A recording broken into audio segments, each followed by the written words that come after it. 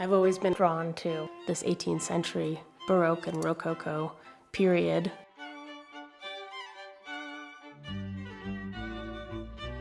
I grew up in a house filled with chamber music, and that's that same time period, mid-1700s, a time when art is supported. Every art form supported to the highest level. Everything's covered, walls, ceiling. Well, they tell a story of a fantastical time. Since 2002, sculptor Chris Antemann and her husband Jacob Haslacher have lived in another fantastical setting, Oregon's Wallowa Mountains. Jacob found this property to start the LH Project, a residency program for artists working primarily in clay. So you're gonna go to your studio and work? Yep. Okay, I'll head down to the barn. Okay. I grew up in Johnstown, Pennsylvania, and I had been in Minneapolis and in Pittsburgh, Pennsylvania. To come to a town of 1,000 people in the middle of the woods was difficult in the beginning. It got easier and easier, and now I'm completely in love with it. I think I was always meant to be living in Oregon.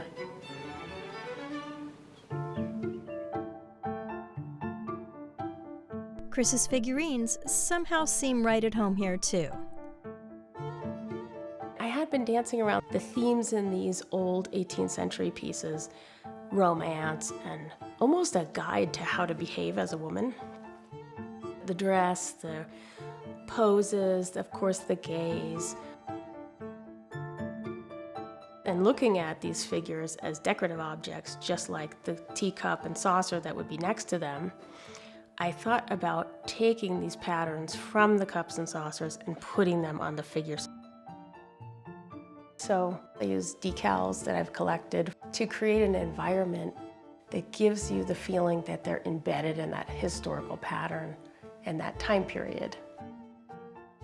The scene also includes what Chris calls typical Antemann stuff, cakes and desserts, always a plate of strawberries, floral tablecloth, floral everything, and then even the chair is upholstered in the floral. Chris takes this delicious style of porcelain and gives it her own twist. Throughout art history, you have all these nudes, and they were for men, made for the male view.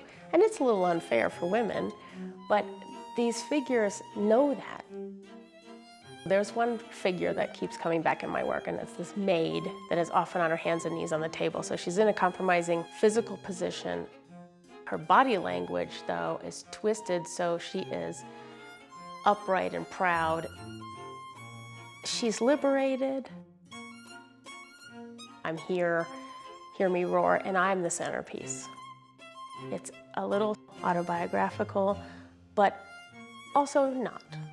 As a 5'2" blonde woman, I have definitely been treated like I'm not worthy of a position of power, and I don't like that. I'm all for women, and I'm interested in things that I see we still have day to day. Interest in food and sex and entertainment and being together and parties. Chris was well into her career when she and her little maid received a coveted invitation to a very exclusive party.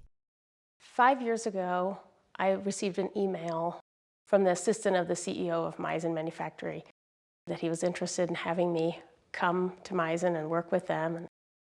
Meissen started in 1710, which is the first porcelain manufactory in Europe, and I thought it was a prank. Instead, it was a dream come true. He had found me on the internet, I guess, and he could see in my work this play and this feminine aesthetic. So he and I struck up a great friendship, and that is really how I was able to continue working in the company for 4 years and take advantage of their technical skill and 300 years of expertise.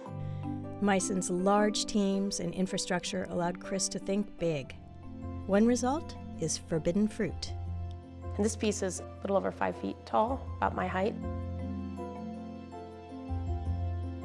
And the title Forbidden Fruit, for me, came from this idea of the Garden of Eden, and then this fall. So you have something very positive, and then a little twist that I love to have in my work. It's a little more for your mind to play with. After premiering at the Portland Art Museum in 2014, Forbidden Fruit continues to tour the world. While Chris is back home in Joseph. The quiet is huge for me.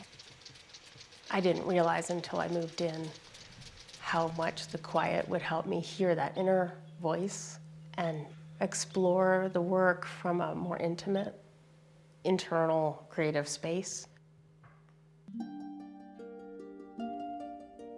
I've been making molds and collecting things for a new body of work that is grottos and sirens, whimsical things that can take your imagination one step further.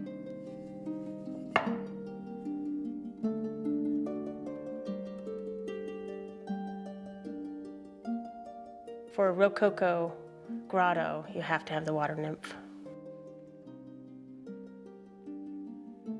It's as though she's on the shore on a pile of debris, so I want to add some shells amongst here. Porcelain has a tremendous over 1,000-year history, starting in China and moving on to Europe. You can just imagine shipwrecks and pirates and all these things that could go wrong and did go wrong. And some barnacles.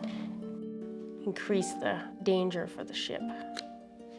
I think there's a little magic in this. I love that. This work is intimate, but that doesn't mean that Chris has left the grandeur and scale of Meissen behind. This is Daphne's Garden, and it's the first major piece I'm making after coming back from Germany. There was a little battle between Apollo and Ares. Apollo was a wonderful archer as well, so he was teasing Eros about the size of his arrows. So he shot Apollo with the gold-tipped arrow. Apollo falls madly and helplessly in love with Daphne, but Eros has shot her with a lead-tipped arrow. So she vowed chastity, and then she, in this story, ends up in the fountain. Eros will be in the love temple, and Apollo sitting, pining, looking up at Daphne.